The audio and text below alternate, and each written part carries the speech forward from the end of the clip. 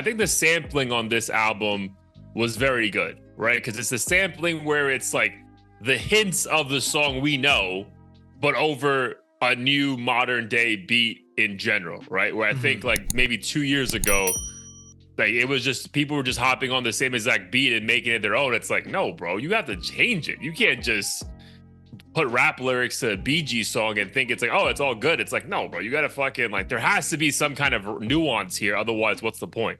So Yeah. I do appreciate that. Because we'll get into the heat of the week, but like was it Tame Impala? Is that right? Tame? Tame Impala. Tame? I don't know if I've ever heard anyone say that name out loud, so I don't even know, to be honest. Correct. I thought it was Tame Impala. I think it's Tame Impala. Yeah, dude, the Australian white dude with the long hair. So one of his beats is very well sampled on this one. So that stood out to me a lot. So just deep diving a little bit more than in Don Toliver's career, bro. So again, we first get introduced to him on Astro World. I think there's high hopes immediately.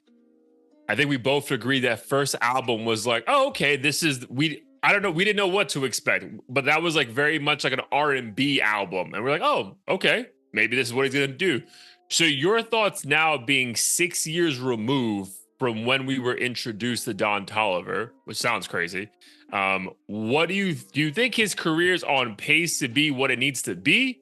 Do you think he should be more famous or more well-known? Like, where do you think he's at like in his career? I think technically, if we're relatively speaking to other artists, he should be bigger, especially like with all the Travis Scott cosigns and everything else. But I feel like it's just because a lot of other artists are prematurely blowing up. So it looks crazy if it takes him like 5-6 years, but anybody would dream to fucking blow up in 5 or 6 years. So I think that his trajectory is normal. It just looks crazy because nowadays anybody can blow up on TikTok overnight and like be spoon fed to you by the industry for however long. It's just that he's hanging around with superstars and has features on hits here and there. We're expecting him to be loved by everybody, but I also think part of it's his voice. I think a lot of people have a love-hate relationship because it's kind of whiny. At least that's what I've heard from people. And it's kind of like Ty Dolla $ign. He's like great on features as well, but sometimes their own music falls short because it's there's just not enough substance, I guess, for you to want to listen to like an hour. Variety, right? Is that right? Yeah, right, variety, not enough variety. Yeah. No, for sure, dude. I would say, like, to your point though, like, I feel like trajectories. It's normal for like someone who's clearly getting more and more successful year over year, right? Because like his thing is, I feel like it's only going up, right? I think he just started so high that inevitably came down a little bit when the first album dropped. And you're like, oh, well, this isn't a bunch of party bangers, so like, I guess I'll need to like reassess how we're gonna like indulge in your music. Yeah, but bro, like, yeah, like you can't. I feel like a lot of people would trade, like a lot of well-known rappers will trade for the momentum that Don Toliver currently has than they currently have in their career, right? Like today, Don Toliver's maybe top 10, bro. Like if artists you really want to just peep and listen to, fucking Baby Mom is a famous Latin pop star. Like you're part of fucking Travis Scott's crew.